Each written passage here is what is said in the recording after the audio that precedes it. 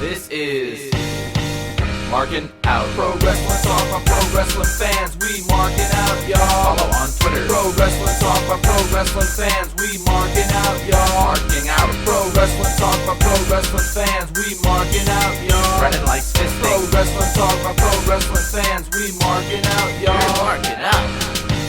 Pro Wrestling Talk by Pro Wrestling fans. Welcome to Markin Out, Pro Wrestling Talk by Pro Wrestling fans. This is episode 754. Thanks for listening. Make sure that you check us out at markinout.com and wherever else you are listening and downloading your podcasts. Give us a 5-star rating to go with that 5-star frog splash. Buy a t-shirt over at prowrestlingtees.com/markinout. Give us a like on Facebook. Give us a follow on TikTok at Markin Out, over on Twitter at Markin Out, or X at Markin Out. Go give us a follow also on Instagram at MarkinOut11. You can check us out on YouTube and check me out on all social media platforms. That's right, it is David, PT, DPT, the Dave, the Rave. You can follow Chris at CMSweeney85 on Instagram and Chris Sweendog on X. And you can follow Brandon on all social media platforms at BTTG161. Brendan, how are you? I'm doing awesome as always. How about yourself? I am actually doing fantastic. Fantastic. How was your weekend? It was pretty nice. I know you had quite the busy week. I didn't do anything compared to you.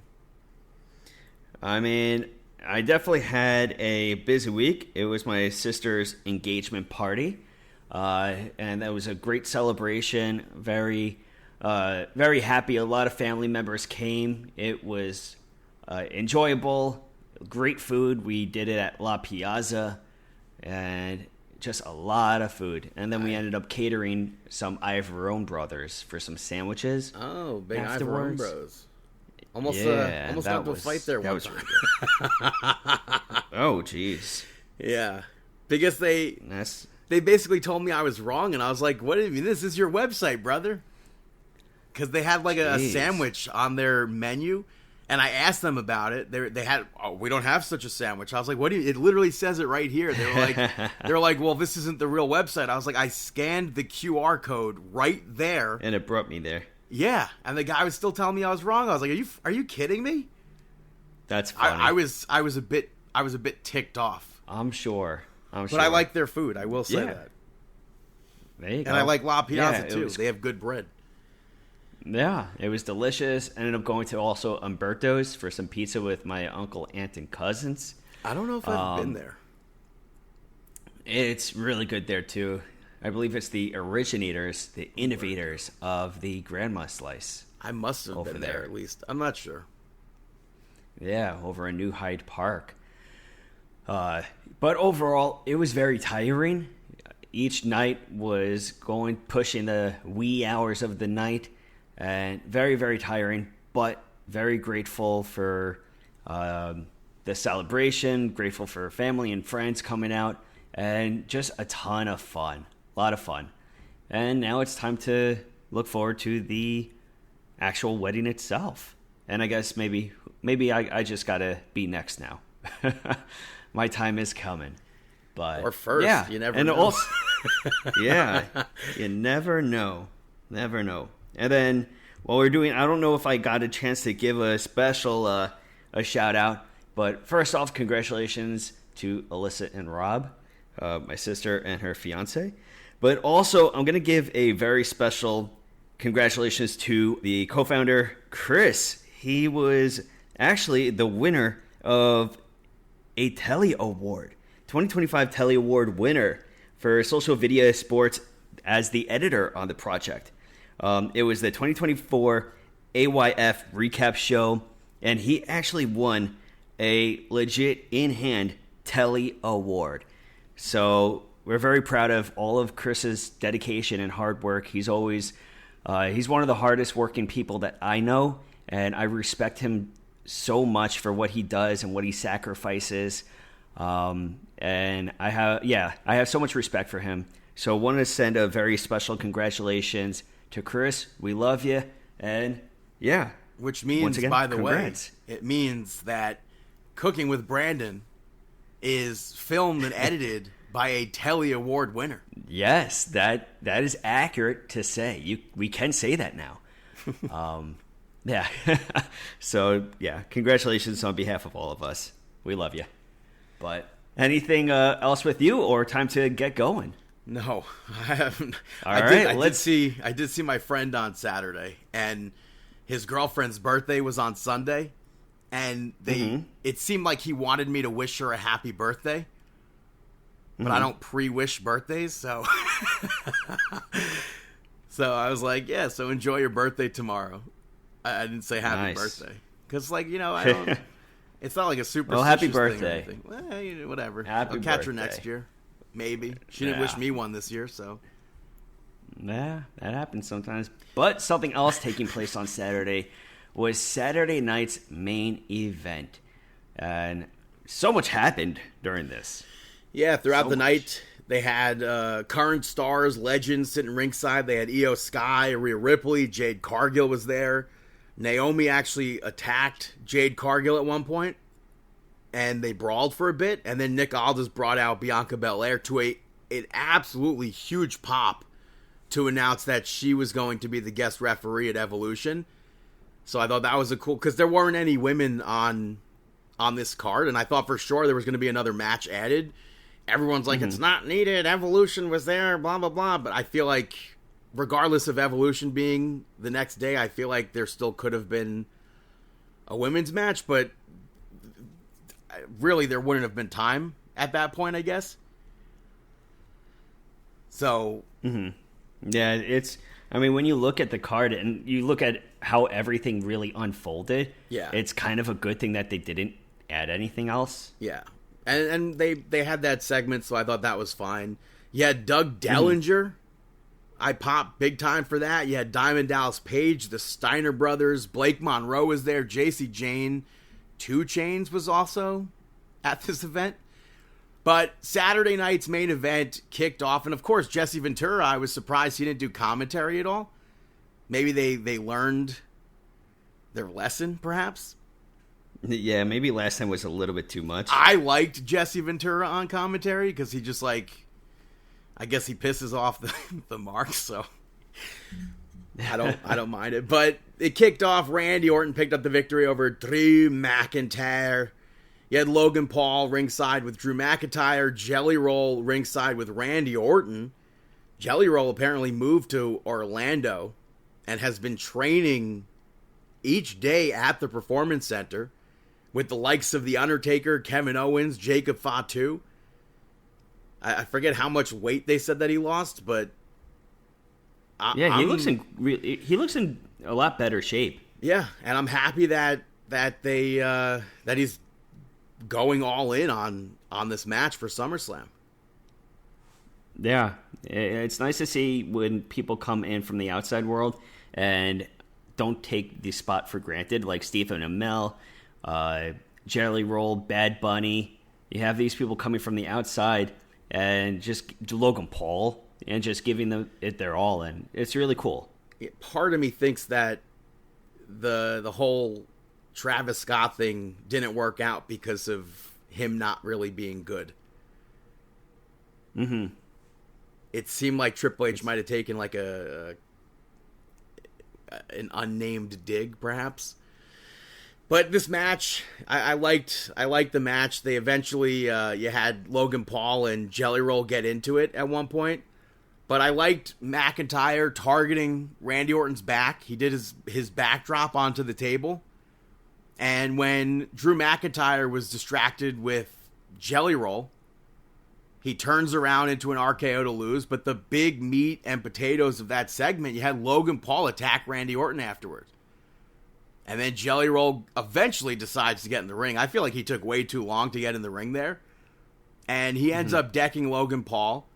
And the most, for me, unexpected part of that was Drew McIntyre laying him out with the Claymore. That was nice, and it was so sudden. And then backstage, you had both GMs arguing with Drew McIntyre and Logan Paul. Later on, Randy Orton and Jelly Roll were interviewed, and Jelly Roll was like, I want my hands on both of them, and Randy Orton's like, I have one place in mind, SummerSlam. So that sets up the actual tag team match at SummerSlam, which everybody's complaining about, but which, by the way, Triple H... going to put them on the card? Triple H said, didn't know this at all, before Jelly Roll was the performer he is, he went to pro wrestling school. Who knew that? I thought that was pretty cool to find out. Do you actually believe that? I do believe that, because it's not like he stayed. It's not like he stayed and like actually went on to become an indie wrestler or anything. Mm-hmm. So I do think that he did. Did we find out where? I don't think so. He's from Tennessee, so maybe somewhere there. Who knows? It's possible. But next up, you had Solo Sikoa pick up the victory over Jimmy Uso to retain the U.S. Championship. You had a lot taking place in this match. Ton of interferences. Yeah, I think that was an obvious thing there. Jimmy Uso doing that corkscrew to the outside onto the bloodline, I thought was dope, though. But Tala Tonga... That was a really cool spot. Yeah. Tala Tonga ended up holding Solo Sikoa down for leverage to get that final pin. And then he attacked Jimmy Uso afterwards. The others joined in. And Jacob Fatu showed up after Solo Sikoa hit him with the Samoan spike. And Fatu took them out and then stared Tala Tonga down before they eventually went at it. Yeah, that was just a cool moment to have that stare down, too. Yeah, because it felt big. It made Tala Tonga feel important. I agree. After that, LA Knight picked up the victory over Seth Rollins. They spent a lot more time outside the ring than I would have liked at the start. And overall, they had a pretty good match. But at one point, you had Seth Rollins go. He hit that springboard swanton. He hit the moonsault and then tweaked his knee. Doctors checked on him. He eventually gets up. LA Knight rocks him with the BFT, gets that quick win. This was probably the most controversial thing from WWE this past week. What do you mean controversial? Well, it's 100% real injury. It's a kayfabe injury. It's a kayfabe injury covering a real injury. I can't speculate on any of that. There's just no way of knowing. We're not Seth Rollins. So my take on this is, if it's legit, I mean, obviously, hoping he has a speedy recovery. I think that it would be genius, because I am one of the people that is questioning the legitimacy of what took place. It didn't occur to me about the covering up of another injury, which is very, very possible.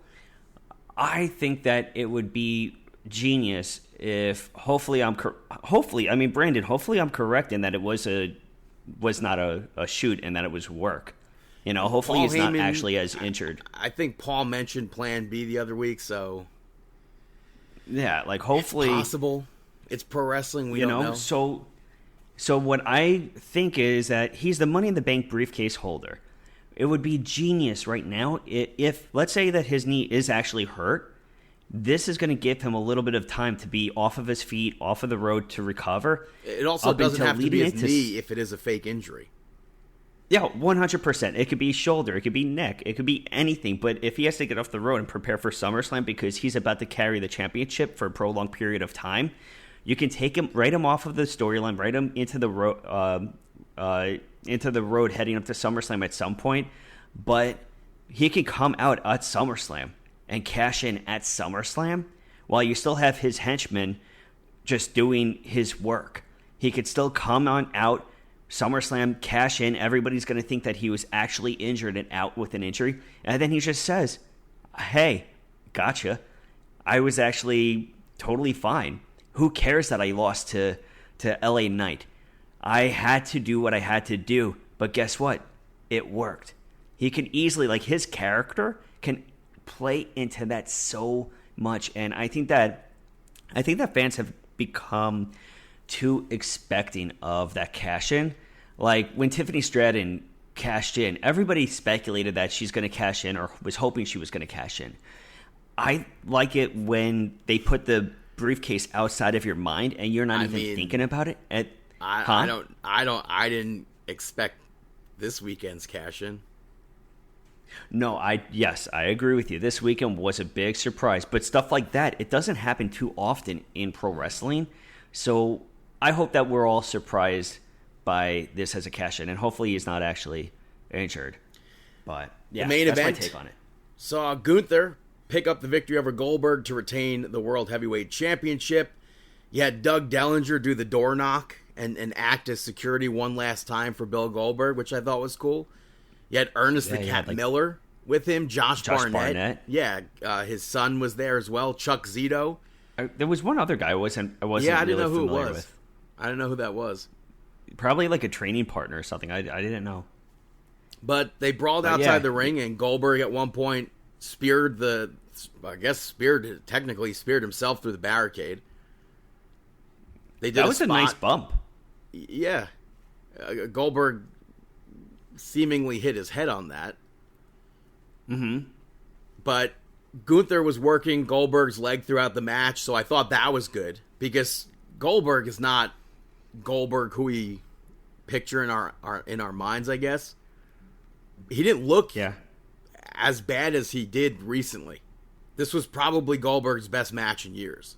Mm-hmm. So Charles Robinson at one point ate a spear. I believe he cracked a rib. Yeah, apparently cracked a rib on that one. But Gunther ends up beating Goldberg when the referee was down with his knee brace. He went over to Gage and pushed Gage. Gage went to hop over the barricade. Security held him back. Should they have gotten physical there or what? I wouldn't have gotten physical. Maybe Gage could have. I don't know. I don't think it would have escalated even further. I probably would have left it. Goldberg did that interview where WWE apparently offered him one of those NIL contract deals.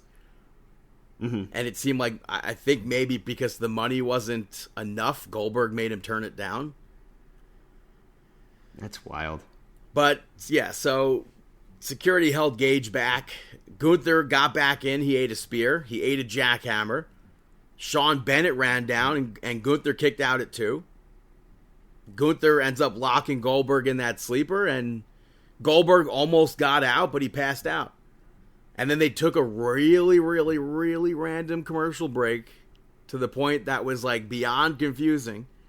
And then they came back, all his friends, his family, they're in the ring. He cuts like a 2-minute thank you speech, which off air goes even longer, but he basically covered everything he needed to before they went off air. And then Goldberg did an interview with Helwani and complained about this match. And it's so unfortunate that he did what he did, because this match, it was a good match. You know? I thought it was the best match you could possibly have with Goldberg in 2025. Exactly. I agree. There was nothing wrong with this matchup at all. Nothing. The whole, I mean, the build up could have been longer. Yes. I don't know where you shave off time. See, that's the thing with the whole Seth Rollins thing. It was only like a minute, but it was a very awkward minute. I don't know where else you would shave time off for more Goldberg speech. I don't know if you could. You know, if you think about it, there was really no other places to shave it off. Goldberg, I guess he wanted it to be on a pay-per-view or PLE. Who knows? I mean, Saturday Night Main Event on primetime television. I mean, he thinks that if it was John Cena or The Rock or The Undertaker, he said, that it wouldn't have happened to them. But, dude, it definitely would have happened. It's not on Netflix. It's not Monday Night Raw on Netflix. You're on primetime television, where at 10 o'clock, that's it. Yeah, NBC needed to run a rerun. Yeah. I mean, he just sounded so bitter and unappreciative of what they just did, and I don't think he recognized what actually just took place. And then it brought out people like Sting's retirement was so much better, and WWE's version of Sting's retirement sucked. Which I don't get that, because what more could you have wanted from that? Like, they put him in the Hall of Fame and he retired at the Hall of Fame. He was injured. Mm-hmm. He had a neck injury. They weren't clearing Sting. Yeah. So, could it have been different for Goldberg? Perhaps. I thought it was as good as it was going to be. I agree. I think that it was as good as it was going to get, and I think that just ride it on out. I thought it was fine. Moving over to WWE Evolution, they had a bunch of superstars from the past, celebrities. Joe Tessitore and Stephanie McMahon hosted the show. You had Ava ringside. Mark Henry got a huge pop ringside. Vicky Guerrero did her gimmick and people popped. Jazz. I don't know when the last time we saw Jazz on WWE programming, but I thought that was really cool to see her. Ivory was there. Jacqueline, Maurice, Tori Wilson, Melina, Molly Holly, Alundra Blaze, who actually got referred to by Michael Cole first as Medusa. I don't know when the last time they referred to her as Medusa, which is really cool. You had Leilani Kai, Metro Boomin was there, Lil Yachty was there, Quavo was there, all the Atlanta guys. So it was a big event feel for this.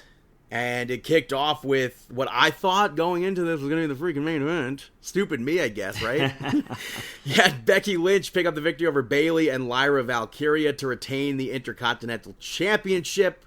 The fans were on fire for this whole match. They were on fire this whole event. When I went to Evolution in 2018, because it was a main roster show, but it also had NXT elements to it. It really, to me, felt like an elevated NXT takeover. And that's what this event reminded me of. It was like an elevated NXT takeover. And these three went out there, opened the show. They worked so well together. Mm-hmm. At one point, I thought it was weird. Lyra Valkyria was down for like a long time. Finally gets back into the ring and takes both of them out. I liked Becky Lynch using Lyra's leg at one point to take Bayley out with like a kick. But they had so many good spots. Bayley broke up the pin at one point from the bridging fisherman buster with an elbow drop. I really liked Bayley doing the sunset flip bomb to Becky Lynch into Lyra Valkyria, who was stuck in the Tree of Woe. I thought that was nice. I liked when Becky Lynch and Bayley were reversing at each other's moves. Lyra ends up hitting a diving leg drop onto them. There was like so many like bits and pieces here that just like it fell perfectly into place. And then at the end of the match, Bayley hit the rose plant and she goes to cover Lyra Valkyria. Becky Lynch had one of the smoothest backslide pins that I've ever seen. I want to watch that backslide pin on loop. It was one of the best pins I've ever seen in pro wrestling. It was definitely like very innovative, very cool. There was something about it. Yeah. It was very nice.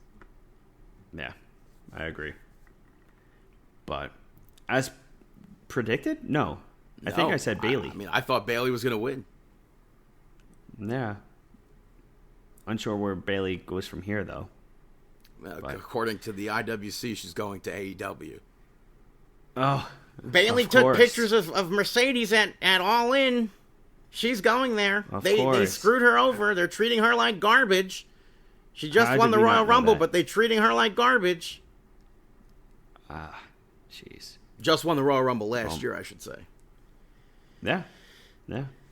After that, you had Jacy Jayne pick up the victory over Jordynne Grace to retain the NXT Women's Championship. I should have picked Jacy Jayne to win that. I was going for the bigger match for Slammiversary, but I should have picked Jacy Jayne to win that match. I think was I the one that convinced you to go elsewhere? I don't know. You picked Jordynne Grace also, right? I believe so, yeah. But before the match, Jordynne Grace had asked Blake Monroe to be in her corner. We're going to switch around timelines here because Great American Bash took place before this, and I'll talk about Great American Bash after this. But they teamed up at Great American Bash. She asked her to be in her corner. She was there. I was very surprised that Masha Slamovich was not ringside for this at all. I thought, given the stakes of the match, that would have happened. But this was another good match. I like the backslide slam that Jordynne Grace did to JC Jane into the corner. The interference from Fatal Influence took place multiple times. And JC tried to use the title. The referee saw that she tried to use the title. Jasmine Nix picked it up, and Blake Monroe took it out of her hands. Fallon distracted the referee, and Blake Monroe ended up cracking Jordynne Grace with the championship. You had to see that coming. There's no way you saw that coming. We wouldn't have picked Jordynne Grace to win if that happened. We wouldn't have. There's no way. I didn't think it was going to happen then, but I think that Blake Monroe does give heel vibes. I would say so. But yeah, I don't know. I need to see. I'm concerned with what they're going to do with Jordynne Grace now. Main roster, perhaps. It could be, but they got to do something with her. They need to. 100%. Have to. I guess immediately would be Blake Monroe. Next up, you had Judgment Day pick up the victory over Zaruka, Kabuki Warriors, and Alexa Bliss and Charlotte Flair to retain their championship. Raquel Rodriguez and Roxanne Perez overcoming the odds. Yeah, I liked seeing Zaruka in the ring with all the main roster people. Mm-hmm. I thought it was funny that Charlotte Flair, on her entrance, was booed. And then, I don't know what flipped here. In the match, fans were chanting for her. They went absolutely nuts for that hot tag spot. And you could see how happy Charlotte was hearing that. Charlotte ends up saving Alexa Bliss from a spear. And Zarya ends up accidentally spearing Sol Ruka with that instead. The power bomb to Alexa Bliss over the top rope from Raquel Rodriguez, I thought was absolutely crazy. And then she ends up hitting the Tejana bomb on Sol Ruka to get that victory. I was so convinced that we would see Alexa Bliss and Charlotte Flair win those titles. I wasn't convinced that they were going to win those titles. Part of me still thinks they're going to win it at SummerSlam now.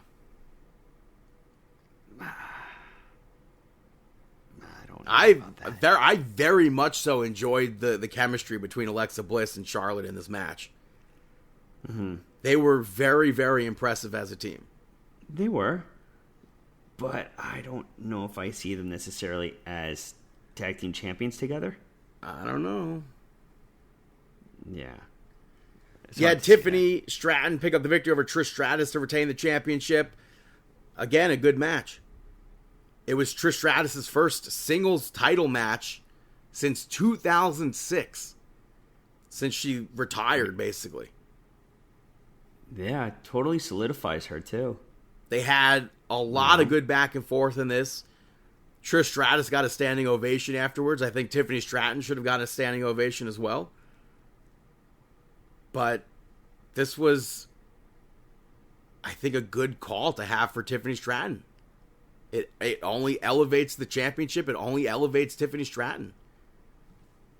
Yeah, I totally agree with you. I think it elevates her a lot. And I think that Tiffany Stratton, when you start to count her out and you don't realize you don't think that she's going to be able to be capable of continuing her title run, she has matches like this and overcomes the odds. I mean, I didn't assume that she was losing the title here, but I mean, everybody I feel like thought Naomi was cashing in at SummerSlam. Yeah. And you had, after that, Jade Cargill pick up the victory over Naomi in a no-holds-barred match with Bianca Belair as the guest referee. I think as far as no-holds-barred goes, this is what you could have expected from it. I liked the little pyro spot that they did from the drop kick into the monitor that Naomi did. on the commentary table. I really liked Naomi using the legs of the tables or the table, I should say, to drive Jade Cargill's eye into it. I don't know how often we see somebody use the leg of the table. I know we have seen it. I feel like we've seen it. I don't want to say recently, actually. We saw Jade Cargill go through a table off the apron after Naomi hit her with a chair. Naomi in the ring set up another table with a chair on top, and Jade Cargill ended up she got up, used the chair, and then hit Jaded through the table to win that match. I thought that this was a solid matchup. I thought that Jade Cargill came out of this matchup looking extremely strong. And there was absolutely no way that I was thinking Naomi was going out and cashing in. Not at all. Not with the way that this matchup went. The next match, we saw Stephanie Vicaire win a Battle Royal, which Peacock, if you had Premium Plus, you saw all the entrances.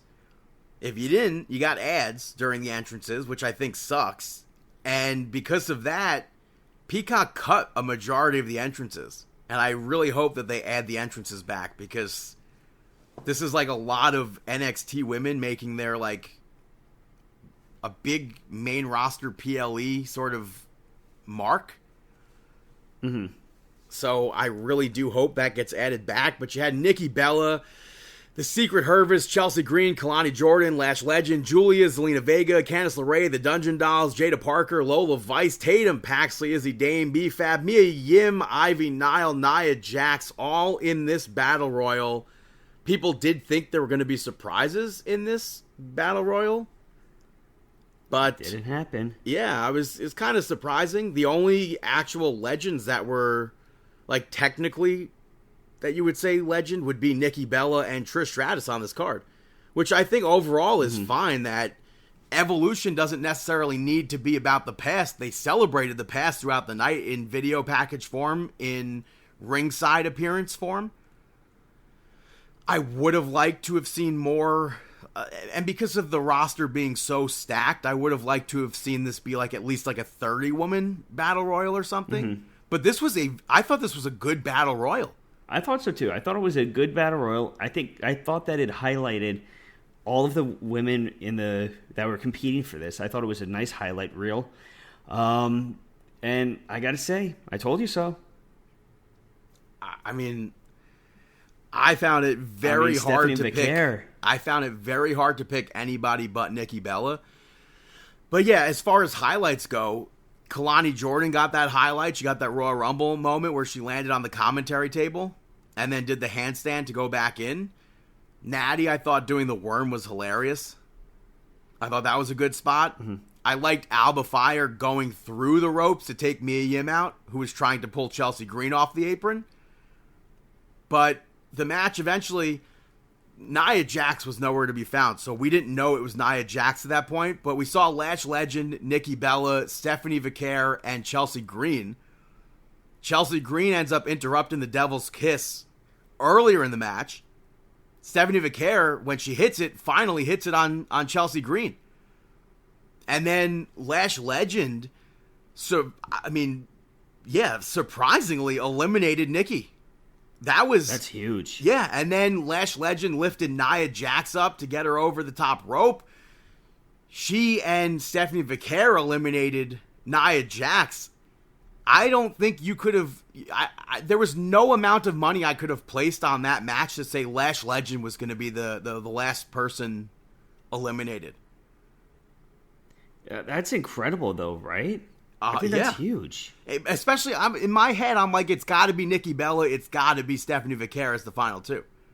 With, of course, Nikki Bella winning, but that wasn't the case here. And I have to say, in regards to Nia Jax, I don't think they even mentioned at the previous Evolution, she won that Battle Royal. Maybe they didn't say that she won because they would have maybe had to have brought up Ember Moon, but I don't know if that's the case, they did bring up Sasha Banks earlier in the night. I was expecting, I'm not really expecting. Yeah, I didn't expect them to bring her up. But like, would you have expected to maybe mention that Nia Jax won the previous Battle Royal? Here she is in the final 3? Yeah, to me, I thought that would have made sense to bring her up. Which, by the way, I'll still forever say that Ember Moon should have won that. Nia Jax went on to actually lose her title shot, or lose the match when she had her title shot. Mm-hmm. But Stephanie Vaquer did the Devil's Kiss to Lash Legend on the apron to finally eliminate her and get the victory. And then she was interviewed afterwards. It was nice to see that she had a segment that she got to speak and celebrate her victory there. I agree. And then the main event. I thought that was nice. Main event saw Naomi, spoiler alert, pick up the victory over Io Sky and Rhea Ripley to become the new women's champion. Rhea Ripley went from defending the NXT UK Championship in a dark match against Dakota Kai in the very first Evolution to the main event of this year's Evolution. So I thought that was really cool. Incredible. Io was the runner-up in the Mae Young Classic. She lost to Toni Storm. I thought maybe they would mention that. They were giving previous Evolution notes for some people. But I guess, could you really bring up Toni Storm now in 2025? I don't know. No, because she's using her real name. I don't think you can. Not her real name, but she's using... Well, yeah, exactly. You know, she's using like her it's different WWE than name. Mercedes versus Sasha Banks. Mm-hmm. But the crowd, again, really hot for this match. And even before we had any sort of involvement from Naomi, it was action-packed. They had a bunch of good reversals. I liked when Io went for that 619. I should say Tiger Feint kick, I guess, technically. Rhea blocked it. And Io turned it into that leg scissor DDT on the apron. I thought that was a nice spot. I liked Rhea Ripley following up that Razor's Edge with the sit-out powerbomb. And then at one point, Io accidentally dropkicked Jessica Carr. And Rhea Ripley, she hits the riptide. There's no referee. And I'm thinking, like, what's going to happen? And not once did I think Naomi was cashing in at that point. I just thought, what the hell? Like, who's going to come out and help Io here? Or what's going to happen where it furthers the match? She got totally taken out. Nobody's going to think about her. Yeah. I mean, I 100% wasn't expecting that at all. And instead of having anybody come out at that moment, they went and brawled into the crowd. Rhea at one point went for a move on the production cases, and Io blocked it, did that dive and crossbody that she loves doing off the highest of high places. I thought it was a very interesting way to get that spot and all the, I guess, the outside fighting, to get that included in the match while the referee was down. Io did a sunset flip powerbomb through the ropes. She hit the over the moonsault, and Rhea Ripley kicked out of that. She went for another one, and Rhea Ripley rolled out of the ring. And Io dragged her up. Rhea maybe went for a riptide from the top, but Io ends up hitting a Spanish fly. And that knocks both of them out. At this point, this was one of the best women's matches I had ever seen. And then Naomi ran down to cash in. I'm shaking here at this point. I was like marking out left and right because I wasn't expecting that at all. She takes Rhea Ripley out with the briefcase. She hits the split-legged moonsault, which, by the way, it's a no DQ match. She's allowed to use that briefcase. And she hits the split-legged moonsault on Io Sky and wins the championship. What a surprise. That was very, very well done. The crowd loved it too, and it sent them home, I would say, very happy. I will say, I don't think it was. I would have to like. There's no possible way for me to go back in time and relive Sasha Banks versus Bayley from NXT TakeOver Brooklyn. I don't think anything is topping that, but this was probably the second best match for the women that I've ever seen in WWE. Wow. That's huge. And then after the match, you had Rhea Ripley and Io embrace one another. They both got a standing ovation. Evolution was a fantastic show. Yeah. It was a fantastic show. It was very entertaining. I think that the women were given the spotlight and they shined. Yeah. And then it's to the point where, do you think that this is going to be a yearly thing? Triple H was asked about that, and he basically, it seemed like he was going out of his way to not say yes. I don't know how you could see an event be that successful and not. And believe me, it was like an event. It was like a slow climb. The tickets were like, oh well, this is. People were like, oh, there are only 200 tickets sold, which was never the case. But it slowly but surely got up there to a bigger and bigger number. It wasn't the same amount as the first event. It was the third of 3 shows in that weekend. If you do another Evolution, I think it could potentially be higher than the first Evolution. Mm-hmm. I think that was like 10,000 something seats. But how do you go look at an event like that and not continue that? Mm-hmm. And then you move to Monday Night Raw. Monday Night Raw, the first, with the exception of backstage stuff, the first maybe 90 minutes or so was literally just women. You can't tell me that WWE doesn't care about their women, that WWE doesn't have the best women's division. After you see what SmackDown was, after you see what Great American Bash was, after you see, I guess even you could lump Saturday Night's Main Event in there to have that segment with Naomi and Jade. After you see Evolution, and after you see what they did on Monday Night Raw, and then even into NXT. After you see all that, there's no possible way you could ever tell me that any other company has a better women's division. I agree. But Naomi kicked and Monday Night Raw. At least they changed it up in WWE. What do you mean? I feel like how you sent me that image of the wrestling matches and stuff like that, where it's very repetitive in AEW. Oh, yeah. Where maybe you swap out where they literally did the same match. And then even this past week, it's just... And people are like, oh, you don't know what you're talking about, blah, blah, blah. AEW has the greatest women's division, blah, blah, blah. They're just doing rinse and repeat. They're combining storylines. I hate that. The women deserve so much better than that. And I'll continue. I'm not the only one. I don't want to say fighting for that, but I'm not the only person voicing my opinion on that. Mm-hmm.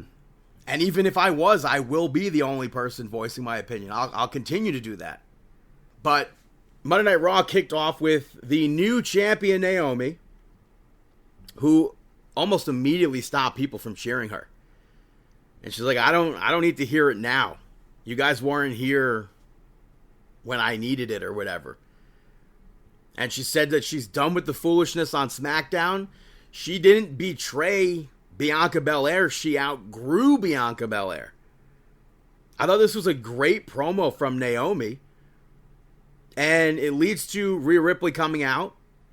She said that she still has goals. And now that Naomi stole the championship from her, she still has the goal of getting that title. Io came out, told Rhea Ripley, get in line. She's getting her title back. Naomi told both of them to get in the back of the line. And then Adam Pearce came out, put Rhea Ripley over, put Io Sky over, sets up a triple threat match for SummerSlam. After seeing Evolution, how does this not main event night 1? I know there are other matches on the SummerSlam card shaping up. I don't know if we will see this be the main event, but after everything that I just went through, after everything I listed... It would be nice if they did main event. How does it not main event? You know? I can't say I'll be shocked if it doesn't. We still have a whole month not really. It's like maybe like 3 weeks or so for build. I'd really like to see this be the main event. Mm-hmm. Yeah, the backstage segment. I think that would be really nice. Yeah. If not night one, definitely night. I'm sorry. If not night two, I was going to say there's absolutely no way it's main event night 2. No offense, but that's for sure. That's Cody Rhodes and John Cena, 100%. Mm-hmm. You had the Judgment Day backstage where Dominic Mysterio was worried about AJ Styles. I thought that segment between Dominic and AJ, where AJ was on his knees praying, was absolutely hilarious to have Dominic be cleared. But backstage in that segment with the Judgment Day, Finn Balor put Roxanne Perez over. He put Raquel Rodriguez over. And then basically said that Dominic, since he's not doing anything, he should escort them to the ring for their match. And we go into that match where the Judgment Day picked up the victory over Kabuki Warriors. I liked Raquel. At one point, she broke off a submission from Kairi by slamming her onto Asuka, who had a submission locked in on Roxanne Perez. But Dominic ends up distracting the referee when Kairi Sane had a cover. Raquel ends up pulling Kairi Sane off the pin. Dominic gets involved again and gets hit with a back fist from Asuka. And then you have Roxanne Perez roll up Asuka off of that. Raquel Rodriguez held her down for some leverage. We literally just saw that. I wish that didn't happen, but it happened. And I thought for sure that the Kabuki Warriors were going to win this. But I'm happy to see a build for this version of the Judgment Day. Hey, I'm a big fan of stables. For a long time, we went without having a faction or a stable, and then you had the Bloodline, you had Judgment Day. You started to spawn little by little. I'm a big fan of the way the Judgment Day is going, and I'm totally fine with Roxanne Perez. If anything, it leads to more excitement for Liv Morgan. Huge pop on a return. I mean, but it could also lead to a bigger match at SummerSlam where they look completely strong going in and then lose the titles. True. I mean, Liv Morgan can cost it. That's possible. I don't know what her timetable is. It's going to be a while. But that's fine. Even if it's a while, it still gives us enough time with the current Judgment Day with Perez and Rodriguez to really establish themselves. But again, SummerSlam's in a few weeks. I could see another team winning the titles there. Okay.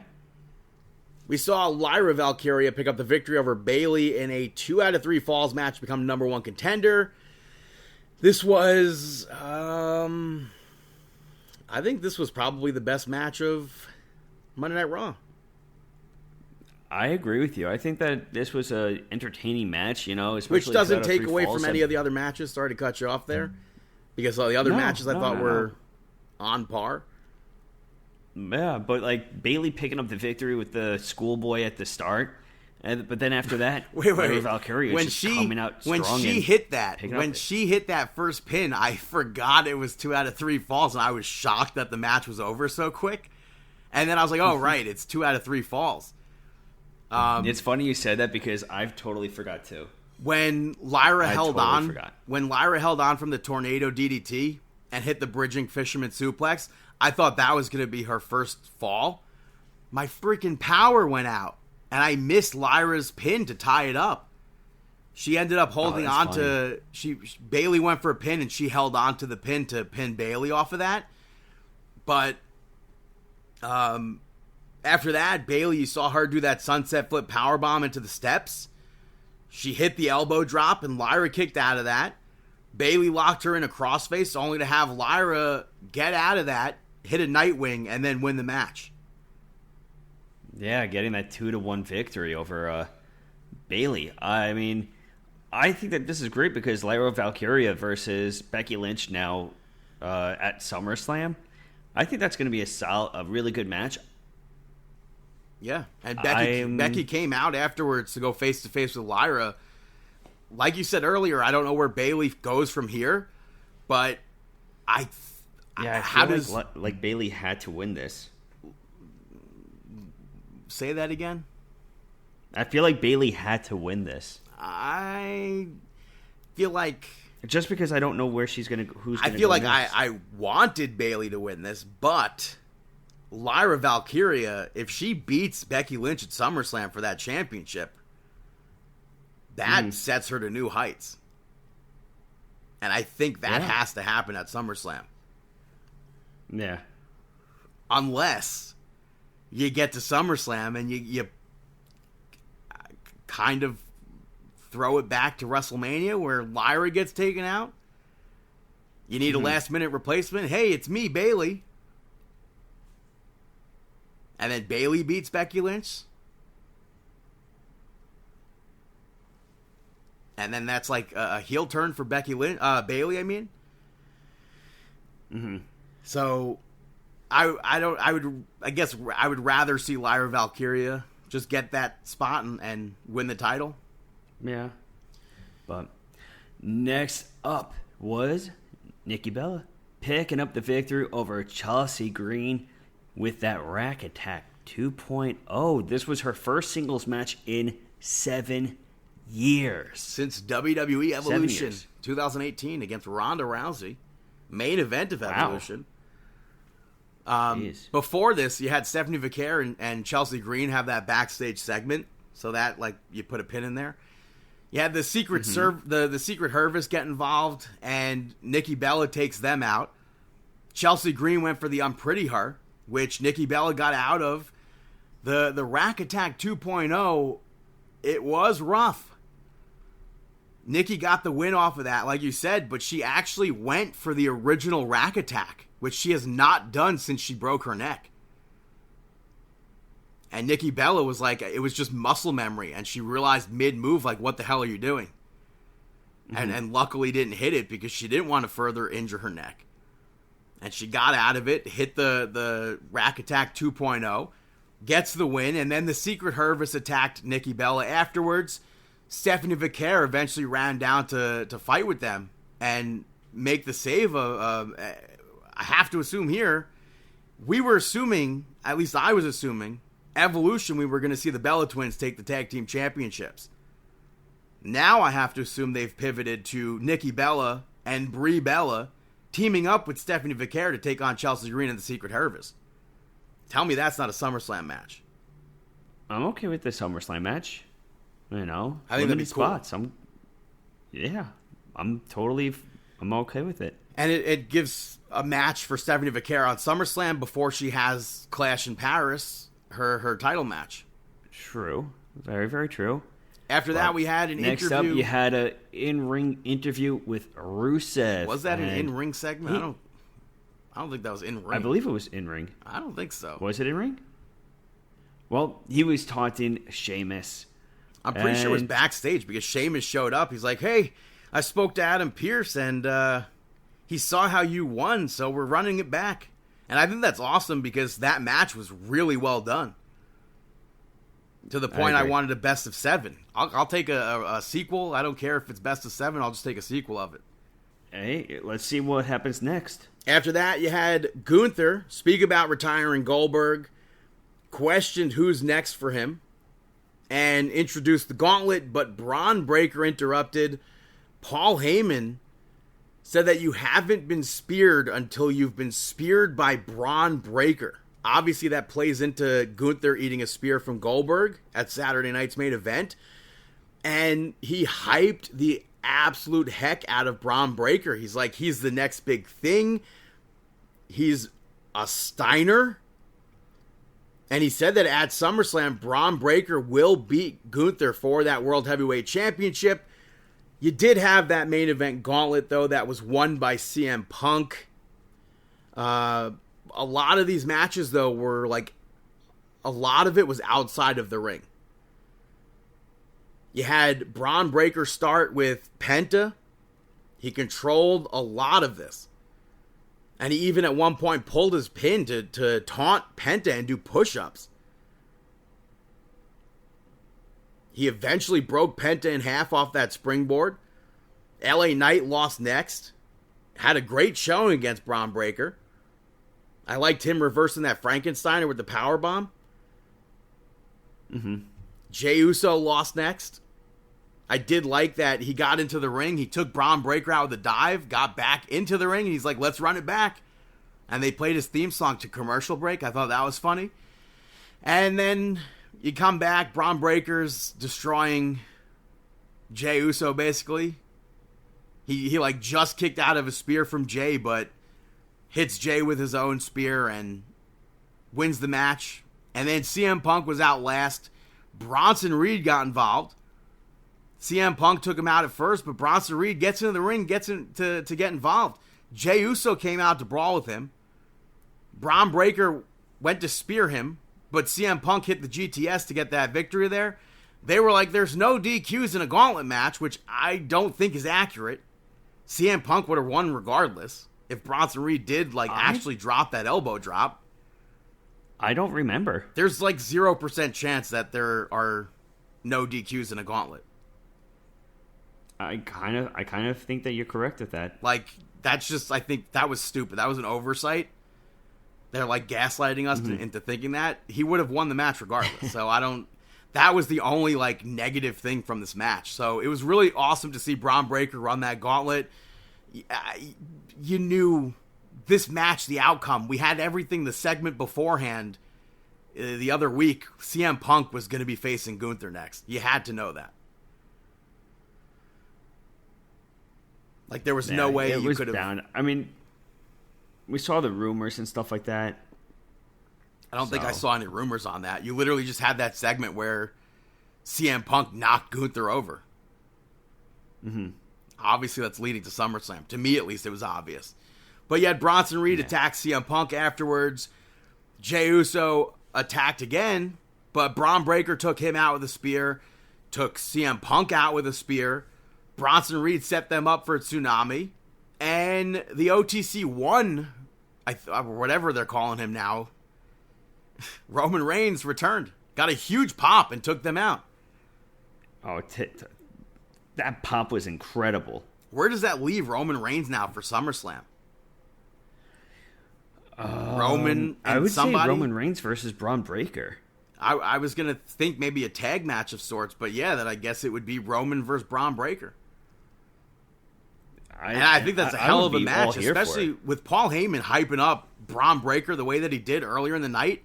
That's going to be one hell of a match between the two of them if that is, in fact, the match. I mean, probably. What would you do with Reed? I don't know. I mean, could always be a tag team match. Yeah, Penta did have that in my tag head, team match. We're leaving out Jey Uso there. He was also involved in that segment. True. So I think it's most likely, I would say most likely to see Jey Uso and Roman Reigns versus Braun Breaker and Bronson Reed. Which sucks because, I mean, that in my head got teased by Penta teaming up with Roman Reigns. Well, where would Penta fit on Rumble? that? I think that I would like to see him and Reigns versus Breaker and Reed, but it makes more sense that it's Jey Uso. Yeah, I don't know where I see Penta at SummerSlam, but when Roman Reigns makes his big return like that, it has me nervous for Naomi, Rhea Ripley, and Io Sky. I really want that to main event. I see what you're saying. So that's Monday Night Raw. What? Maybe. I thought you were wooing. I don't know. Yeah. Yeah. But yeah, so that's Monday Night Raw. Moving over to the Great American Bash. Javon Evans picked up the victory over Jasper Troy. Jasper Troy controlled basically the whole match. It got to a point where Javon he couldn't even do his normal moves because he was so hurt. Which he did get some of them in. But he ends up reversing the Black Hole Slam with a super nice pin to get that victory. You had Sol Ruka pick up the victory over Izzy Dame to retain the North American Championship. In my opinion, this should have opened the show. Because this match was absolutely fire. Right at the start, Tatum and Zarya got into a screaming match outside of the ring. Izzy almost won during that time. But she hit the sky high. And the ref finally got back in for Sol to get her leg on the rope. Sol had some high-risk spots. The sell by Sol Ruka for the code breaker from the middle rope I thought was nice. She hit a spear like Zarya would hit, so I like that. Zarya's like rubbing off on her. But Tatum Paxley put Izzy's foot on the rope for that to break the pin. And then Zarya ends up spearing Tatum Paxley. Sol Ruka was able to hit a Soul Snatcher after that to get the victory. After that, Ethan Page picked up the victory over Ricky Saints in a Falls Count Anywhere match to retain the championship.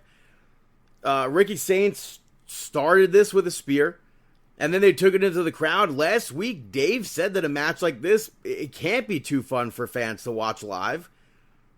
And I was thinking, in a venue like this, where could they possibly take this? They took it into the main concourse, which I really didn't think they would do. Ethan Page wraps a chair around Ricky Saints' throat when they were back towards the ring. He threw him into the ring post. That plays into the injured larynx from Ricky Saints, or for Ricky Saints, I should say. That suplex onto the chairs from Ethan Page. And then the use of the metal barricade I thought looked nasty. And it was nice to see a barricade like that. I don't know the last time we saw that. I feel like we don't get that anymore. But they went backstage again. They bumped into Jasper Troy. Ricky Saints ends up eating a Black Hole Slam on, I think it was like a bunch of production cases. And then Ethan Page, they brawl back out to the ring. He hits Ego's Edge off of the stage through some tables and retains the championship. On NXT, Ava said that what Jasper Troy did was wrong.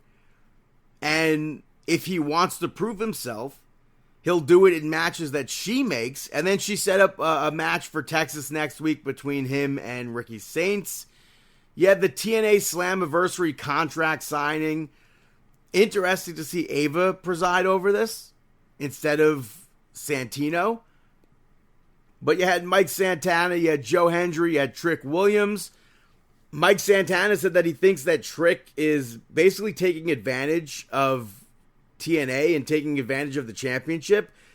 And he also said that he respects how Joe Hendry basically represented and repped TNA, but he's the one standing in the way from him getting that championship. And then Hendry said that Trick Williams at TNA Slammiversary is going to be behind enemy lines. And Trick mentioned that he's carrying two different brands by being the best TNA champion, which the fans chanted for AJ Styles. TNA executives kind of teasing AJ Styles this week, which will be amazing. And Trick Williams said that he doesn't need any help next week to win the match. Joe Hendry pulled Trick Williams back to the ring so that they could put him through the table. Him and Mike Santana. I guess a little receipt. And then Dark State wiped out Mike Santana and Joe Hendry, which I'll put a pin in that. Ava questioned Trick Williams about Dark State later on. And he was like, they jumped me too. I have nothing to do with them. So Ava sets up a tag team match. Yet Oba family pick up the victory over Inamura to retain the championship. This was good back and forth. Just two big men going at it. The referee got taken down at one point. And Josh Briggs hit Oba Femi with the championship.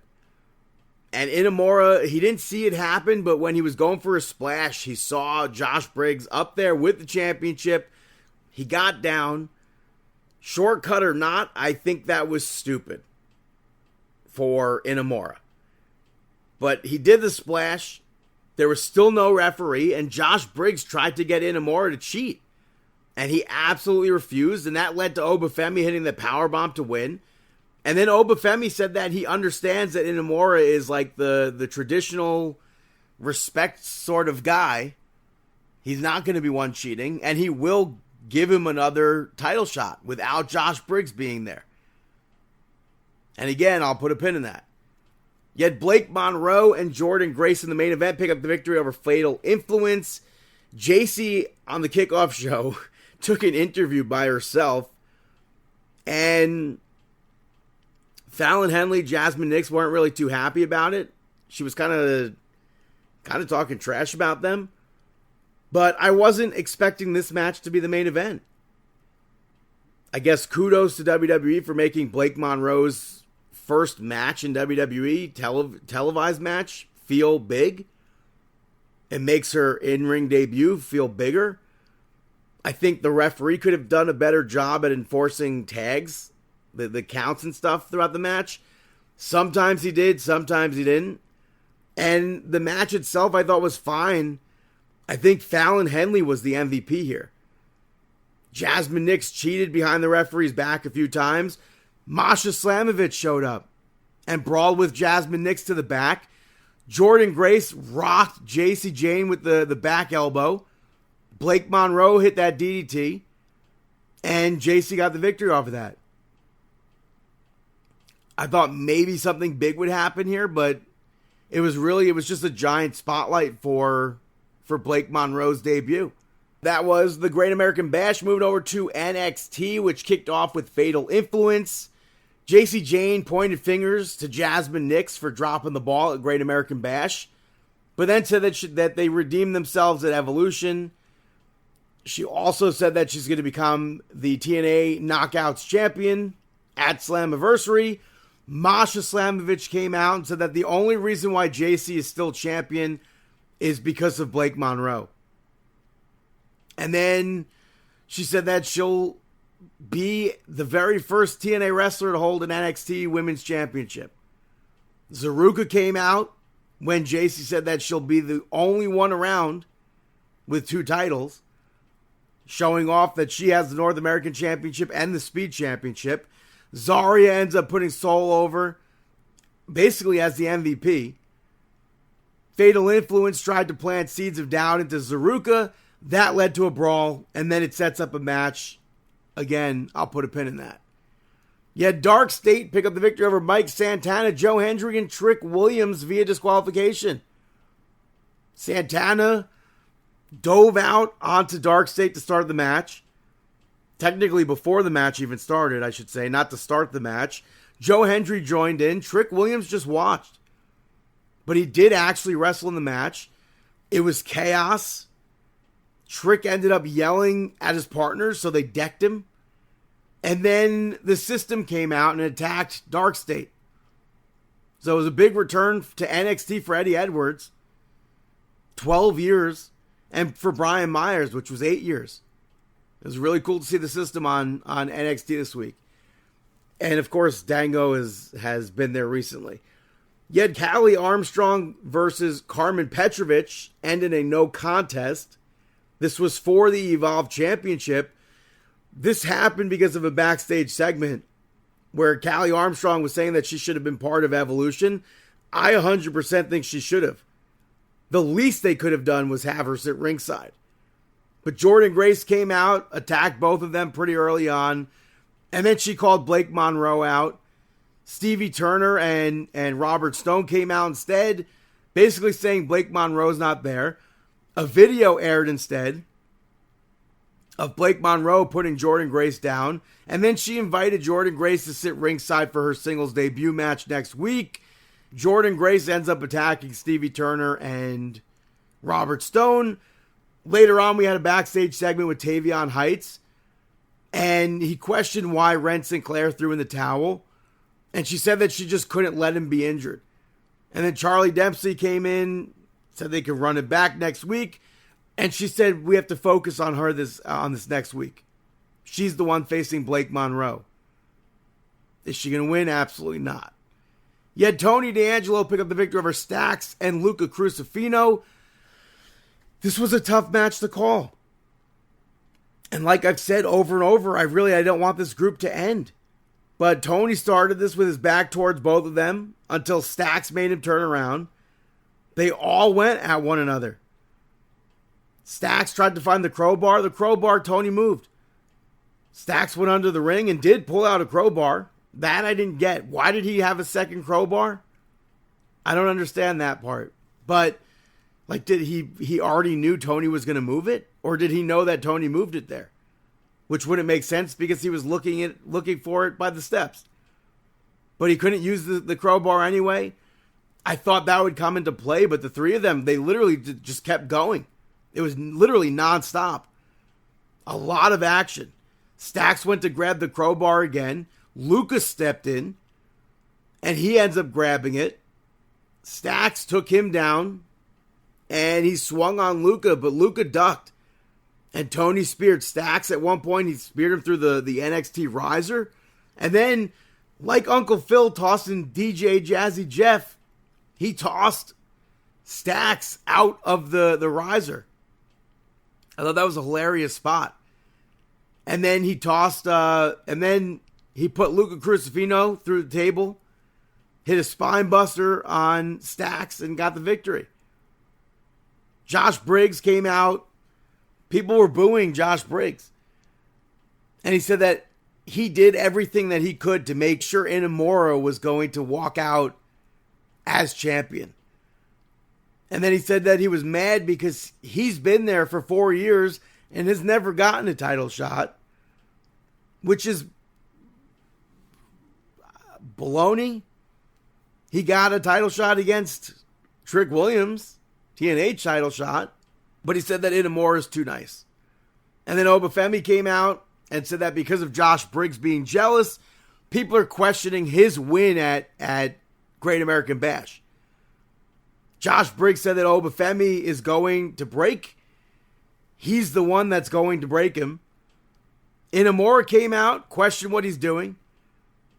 And he said that he's going to do what it takes to win. But he's going to do it with honor. And Josh Briggs challenged Obafemi to a triple threat match next week in Houston, Texas.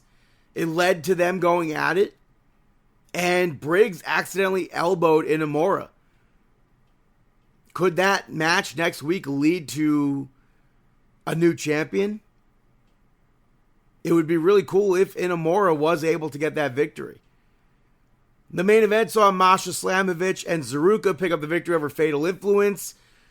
I had a feeling Fatal Influence would win this match, but I wasn't sure how.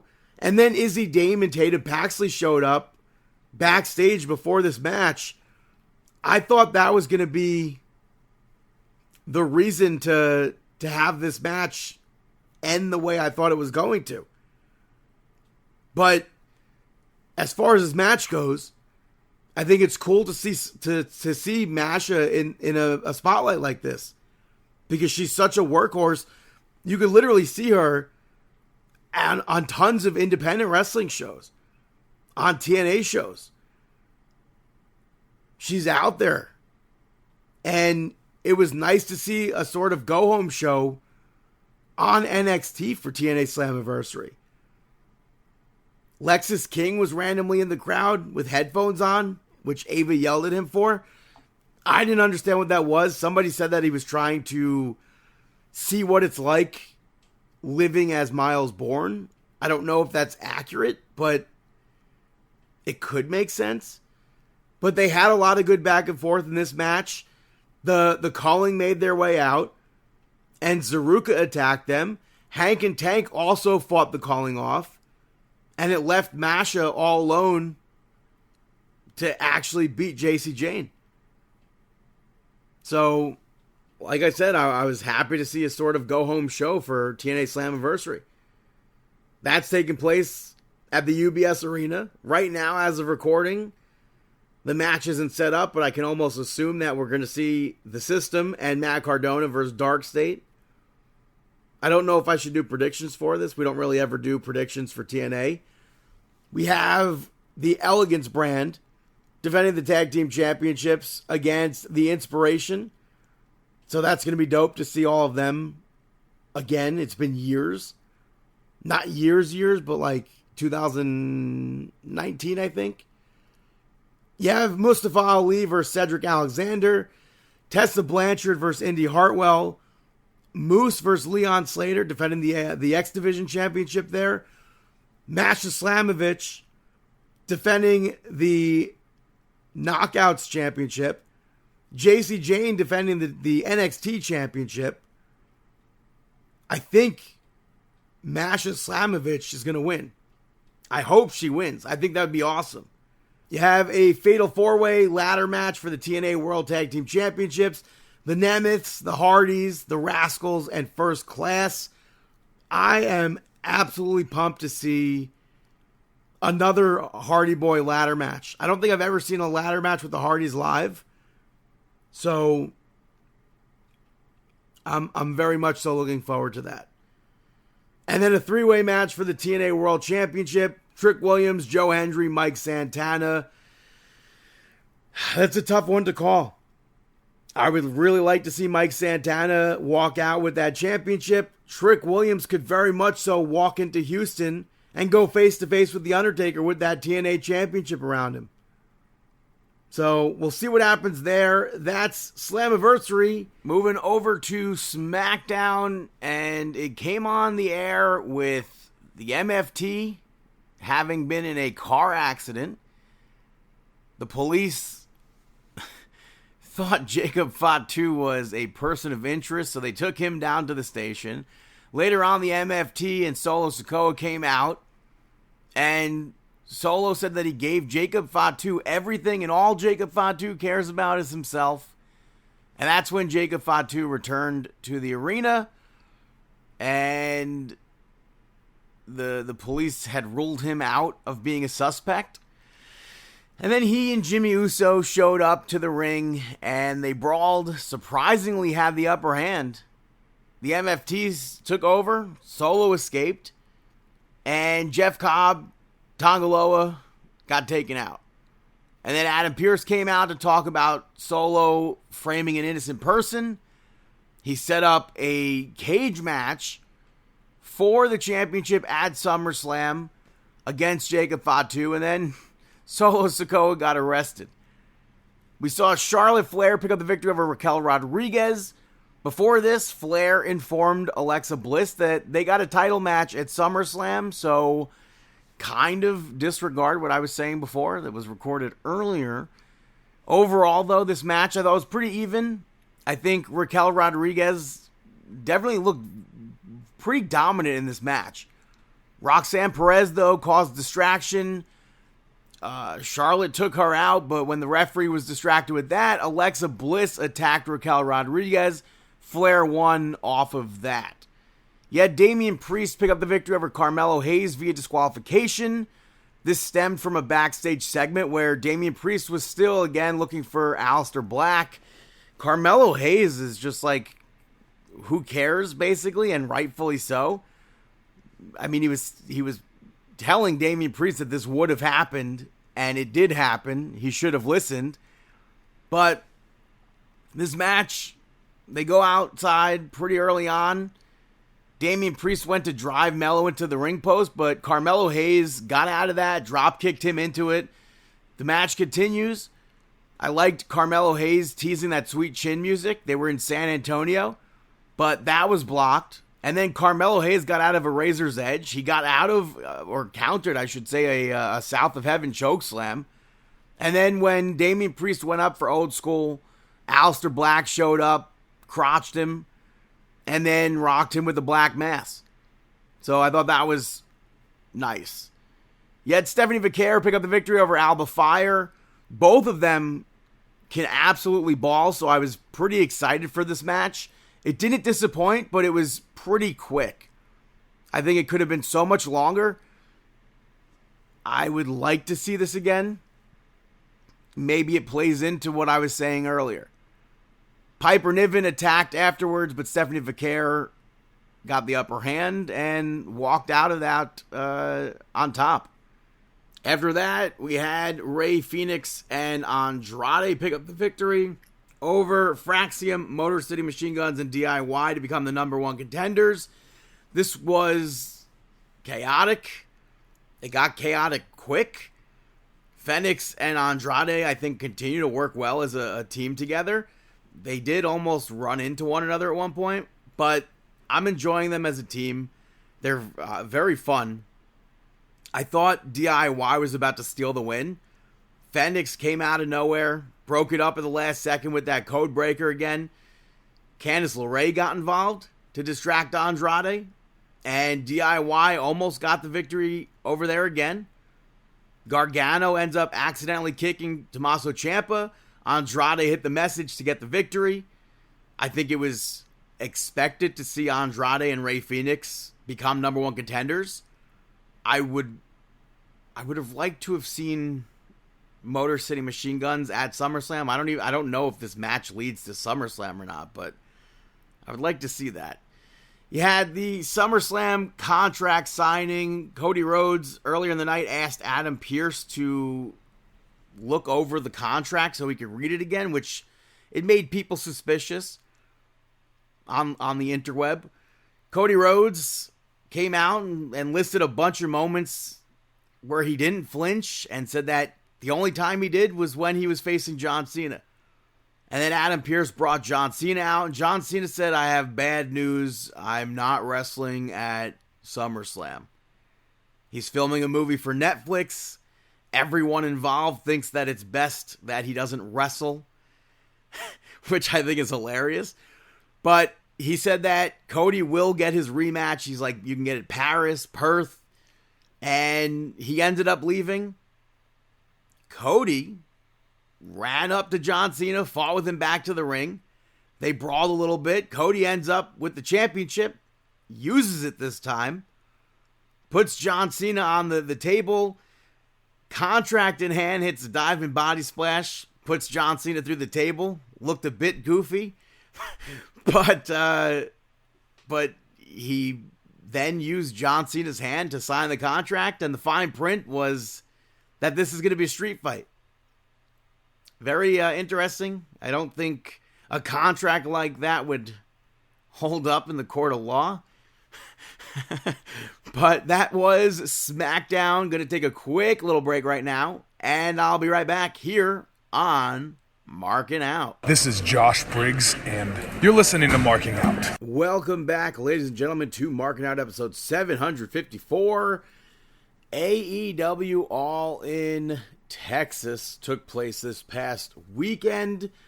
I did not watch outside of clips, but the kickoff, you saw the Sons of Texas pick up the victory over Shane Taylor Promotions. Big Boom AJ and the Conglomeration picked up the victory of the Don Callis family. The Costco guys and the Rizzler continue to get huge pops in AEW. Big Justice took a bump at one point. Also hit a spear. I think they continue to be great for AEW. I'll put a pin in that. You had FTR pick up the victory over the Outrunners. The Ops picked up the victory over the Death Riders and Gabe Kidd to retain. MJF won the Casino Gauntlet Battle Royal. It was unfortunately announced earlier in the day that Adam Cole was not cleared and he had to vacate the championship. He came out to vacate it, gave a speech that almost sounded like a retirement speech. I can't speculate on anything. I know the news sites said that it was a concussion. I hope we see Adam Cole again. You had, because of that vacate of the title, you had Dustin Rhodes pick up the victory over Kyle Fletcher, Daniel Garcia, and Sammy Guevara to become the new TNT champion. Out of everybody in this match, first of all, I think the people in it made no sense outside of Kyle Fletcher. But out of everyone in this match, I was very happy to see that Dustin Rhodes was the one to win. You had Swerve and Will Ospreay pick up the victory over the Young Bucks. I wish it was the other way around, only because I don't need to see either of them in the title scene. Athena won the Casino Gauntlet Battle Royal. People said that this blew the men's gauntlet out of the water. Thankfully, Athena won. I didn't think Athena would win that. You had the Hurt Business pick up the victory over Jet Speed and the Patriarchy to retain. Nick Wayne, the big thing, turned on Christian afterwards, and Edge returned. He did his full entrance, the pyro, everything, and then he told Christian to go find himself. I'll put a pin in that. Tony Storm picked up the victory over Mercedes Moné to retain the championship. From the clips that I saw, I really wish that it didn't have all those stupid antics. But outside of that, it looked like a good match. They had some really good pin attempts. They had some really good reversals in this match. I just hope we get more from this women's division. That's going to be a reoccurring theme. Okada picked up the victory over Kenny Omega to become the unified champion. I was pulling for Kenny Omega. Kenny Omega was not on Dynamite this week. And then the main event saw Hangman Adam Page pick up the victory over Jon Moxley in a Texas death match to become the new AEW champion. Daniel Bryan got involved. Darby Allin was involved. Everybody was involved that you probably assumed was going to be. Swerve was the final person to actually help Hangman. He gave him that chain. The title, once Hangman took it out of the briefcase, you saw it was Bryan Danielson's plates on that championship, and I thought that was a nice detail. It seemed like a great pay-per-view for AEW. Going into AEW Dynamite, however, there were all these reports saying that this was going to be a new era, or there's going to be something big to follow up All In. The commercial said something similar even. And then they announced all these random, to me, lazily booked matches. Hangman opened the show. First of all, the building that they were in, they're doing a residency there. It looked phenomenal. It's an old theater, ballroom. It looked really, really cool.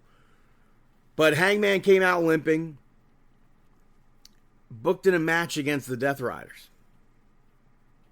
I don't think the two of them should be even touching for years. He said fans are the ones that needed the championship. So it gave motivation for Hangman, or we found out the motivation behind why he did what he did. And it was a big pro-fan speech from Hangman. He also thanked everybody who came out to help him in that match. But I'll put a pin in that. Again, you had Kyle Fletcher pick up the victory over Mascara Dorada. This could have been a women's match. Neither of them in her storyline. Kyle Fletcher obviously wants a match against Dustin Rhodes. And I can only assume that he's going to beat Dustin Rhodes. But I don't need to see Kyle Fletcher challenge for that TNT Championship again. You had the Don Callis family and the Young Bucks pick up the victory over Jet Speed, Bandito, and Brody King. The whole no longer EVP things, to me, grew old the moment they got out of that car. I understand what they're doing. It just, to me, it doesn't make sense because they lose their EVP status, but they're no longer millionaires. Where did their money go? That doesn't make sense to me. But this is like a bad knockoff of Bum Corbin. This was a random 8-man tag match that could have been another women's match. And if you could think of every spot that would have happened in a match with all these competitors, you'd be probably right on the nose. Except for some reason, the Young Bucks won via Hechicero choking out Bandito. I would have assumed that due to their loss of EVP status and the build for what they were building to throughout this night where they were coming off like bum-ass Corbin, why would you have them win? That made no sense to me. Yet Edge come out and he said that at All In, he didn't show up to save Christian. So that makes his entrance and everything so much better. I'm so happy that that he mentioned that. He went on to talk about how Christian made his life in AEW miserable. And I'm like, thank God we got that explanation as well, because it never would have made sense that Edge and Christian just randomly were teaming up again. None of that was making sense. But he said the reason why he was at All In was for FTR. Stokely came out with security and said that if Edge gets involved with FTR, he's fired. I don't know who gave FTR the power to have Edge fired. That That doesn't make sense to me. But Stokely ends up eating a spear. It was very you saw that coming. But it was a fine segment. You had Tekla pick up the victory over Willow Nightingale, Chris Statlander, and Queen Aminata to win $100,000. AEW very clearly doesn't care about women's wrestling. And I need people to stop defending stuff like this. They have 2 stories in one match because AEW can't book more than one meaningful match on one single show. It's lazy booking.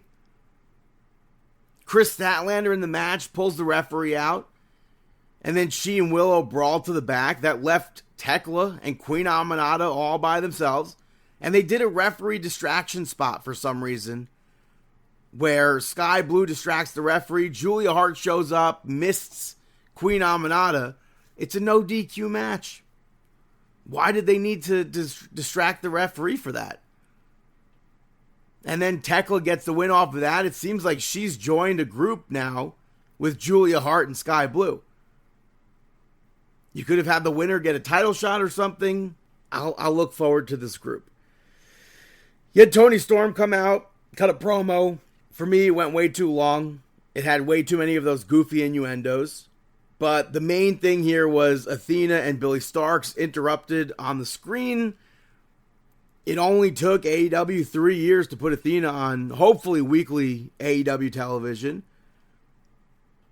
Next week, we know that Billy Starks will be facing Toni Storm.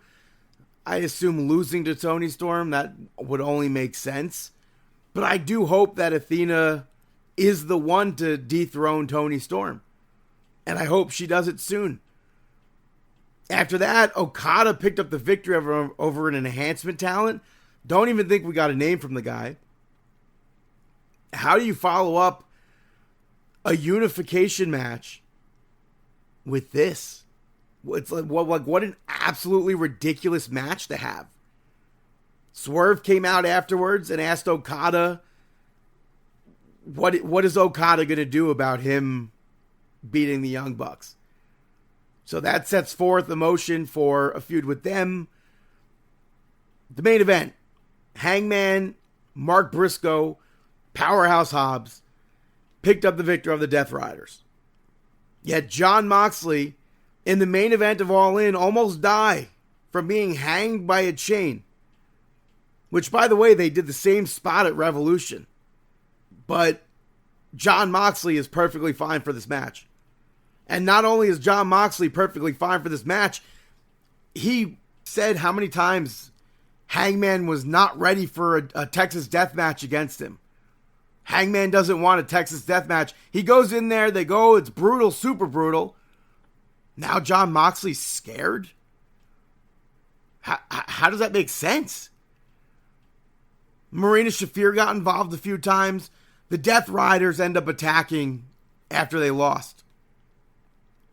And Darby Allin showed up in the balcony. Hangman hit a buckshot.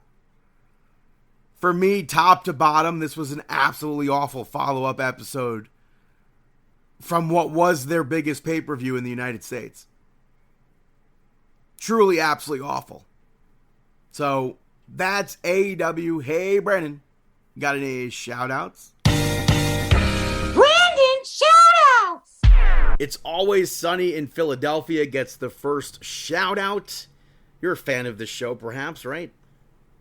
I am a fan of the show. Well, it's back for a brand new season, and this past season of Abbott Elementary had a crossover with them for some reason. And the first episode of this new season was their point of view of it. So it was Abbott Elementary appearing on It's Always Sunny. And for a second, I completely forgot I was watching It's Always Sunny in Philadelphia. Because there was a moment where the characters from Abbott Elementary end up like dropping like hardcore curses. Like, what? And I was like, oh, wait, right. What? I completely forgot. But it's such a good show. It's always funny in Philadelphia. That's weird. I can't imagine that. Yeah, it was. It took me out. It very much so took me out. I was completely unexpecting to that. But check it out. It's on FX, I think now, but it's also, you could catch it on Hulu. My next shout out goes to Simple Plan, The Kids in the Crowd, which is a brand new documentary on Amazon Prime, obviously about Simple Plan. It's cool to see footage of them from before they were famous, literally all like playing in a basement, just like getting reps in, I guess you could technically say. I think the documentary could have been longer, but it was a good documentary about the band. You had Mark Hoppus in it. You had The Offspring, Mark McGrath, Avril Lavigne were amongst the people interviewed for this documentary. I personally think that Simple Plan is an underrated band, so it's nice to see a documentary like this, especially on a platform like Amazon Prime. Are you a fan of Simple Plan at all, or not really, or did you miss that phase? I never got behind them. They never really did too much for me. I like their hits, but I didn't give a chance to the other music that they've had. I mean, their hits are top tier. If you're a fan of their hits, then I would say you're a fan of the band, no? I wouldn't rule it out. I mean, they had a lot of hits, so. Did they? Yeah, 100%. So check that out, Amazon Prime. I have to give a shout out to the Costco guys. And I'm literally only doing this because after AJ, Big Boom AJ and the Conglomeration won on the kickoff show for All In, the biggest AEW show in the United States, Excalibur on commentary says something like, and his 15 minutes of fame continues. Which, is that not incredibly offensive to say about somebody? I mean, is he a face or... Excalibur is never like a negative person. He's not a heel. He doesn't say heel things. If it came from Nigel McGuinness, that would be fine. Excalibur never says anything sort of out of like a heel that a heel would say. Yeah, it definitely sounds very heelish. It sounds like he was jealous. That's what it sounded like. It's a very negative connotation sort of thing. And he's done so much to go completely out of his way to promote AEW. He's way more famous than anybody on that roster. Most everybody on that roster, I should say. Certainly way more famous than Excalibur could ever hope to be. And are you talking about the Costco guy? Yes. What do you mean?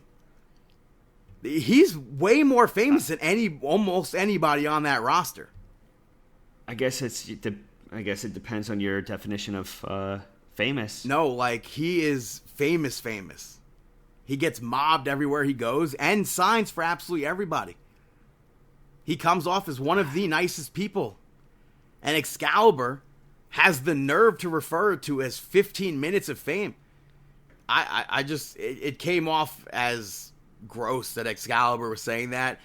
Like I said, you hear all those stories where... I think you're looking into it too much. No, I don't think so. If I was working that night, I would have been like, you have to apologize to him in front of the whole... You have to apologize to all three of them. No way. Get out of here. 100%. I would have made him apologize in front of the whole locker. I would have 100%. He's commentary. No, absolutely not. He's not a heel. He's not a heel on commentary. He's made comments like that in the past. No, he is not. And AJ has gone out of his way to promote the hell out of that show. So ultimately, I think this is partly an anti-shout-out to Excalibur as well. He's one of the worst commentators, I think, in the history of commentary. But to say that line, I would have 100% made him apologize in front of the whole locker room. 100%. But my final shout-out goes to Connie Francis, who unfortunately passed away this week at the age of 87. She was a trailblazer for women in pop music. She was the first solo female artist to have a song reach number 1 on the Billboard Top 100 with Everybody's Somebody's Fool. One of my favorite songs in general, written by Neil Sedaka, is Where the Boys Are. It was written for the movie. She also did Stupid Cupid from Neil Sedaka.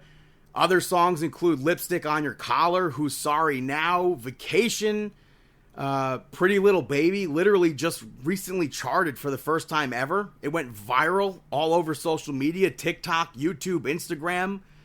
I was supposed to see her way back when in 2008 at Westbury Music Fair, she ended up getting sick, so it was just a full Neil Sedaka concert that night, and since then I had never gotten the opportunity to see her live, and I really wanted to see her perform all those songs, but like I said, I never got to, so that sucked.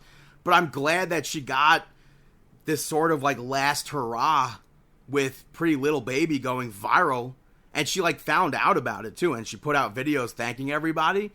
So I thought it was cool to see her get to react to everybody using that. So if you're using that, if you've heard it, if you've been on social media, there's like absolutely no way you haven't heard that song recently.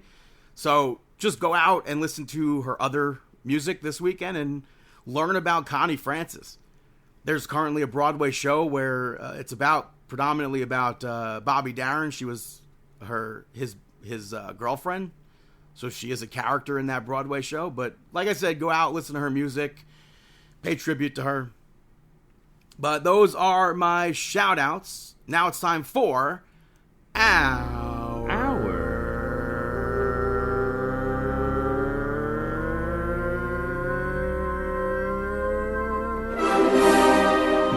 Out Moment of the Week.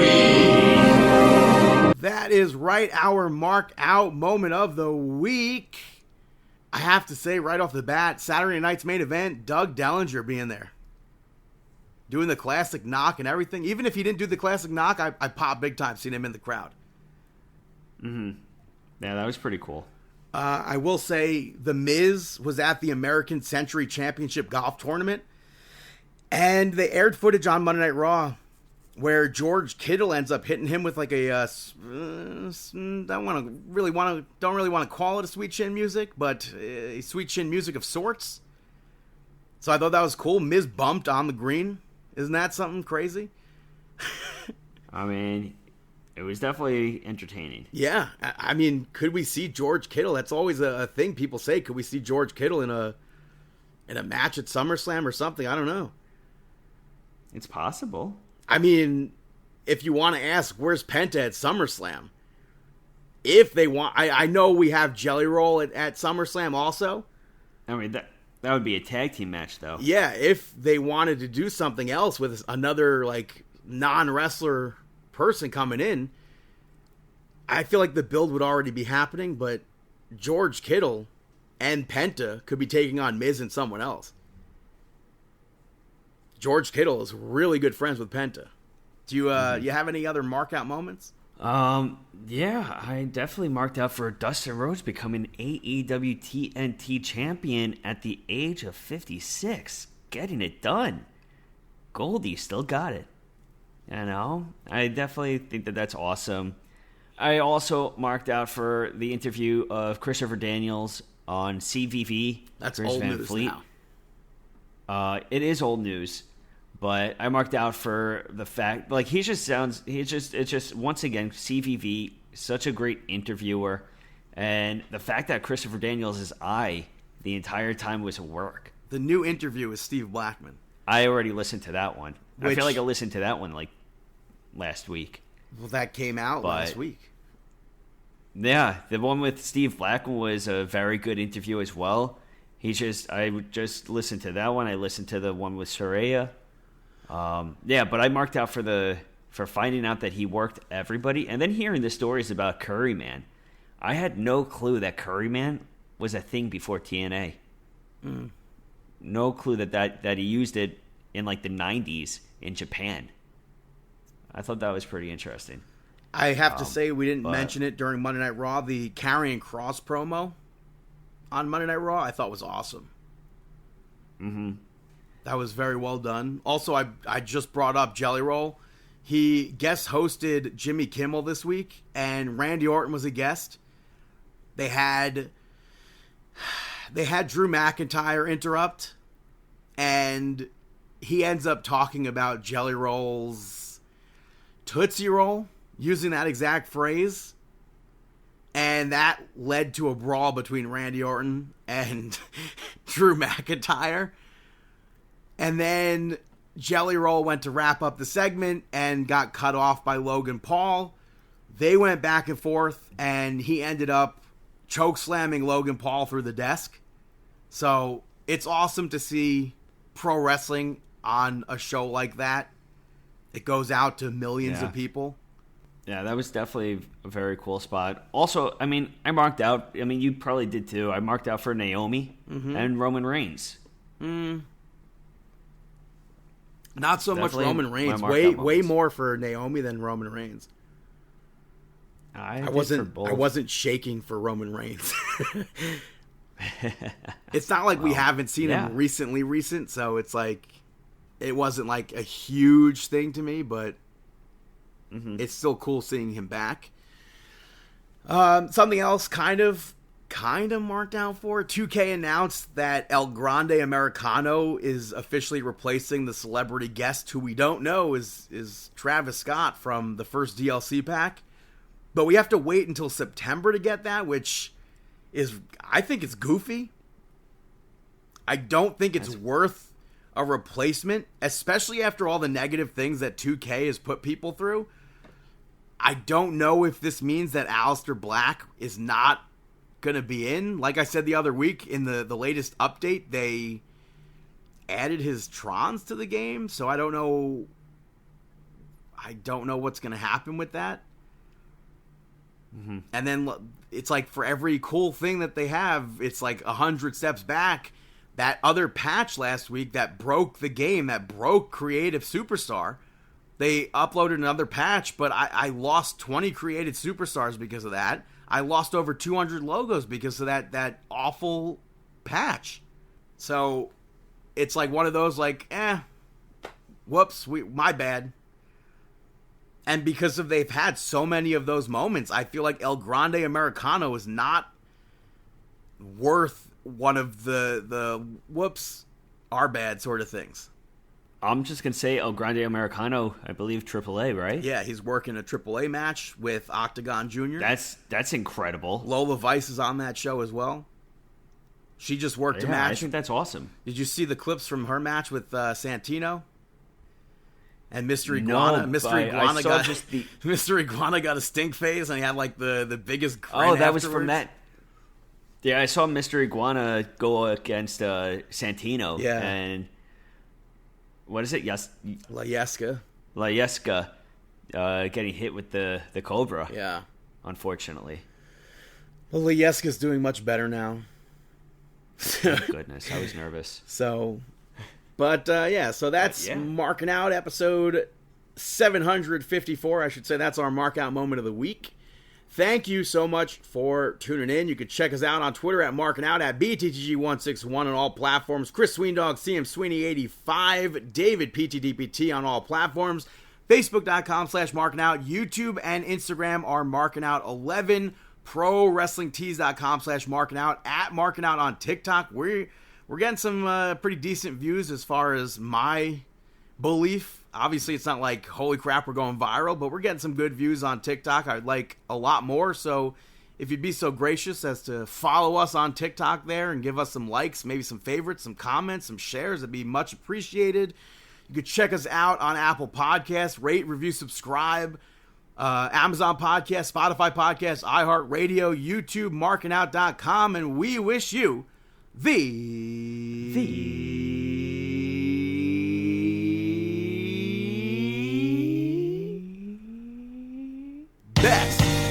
best of luck in your future endeavors. Have a fantastic week.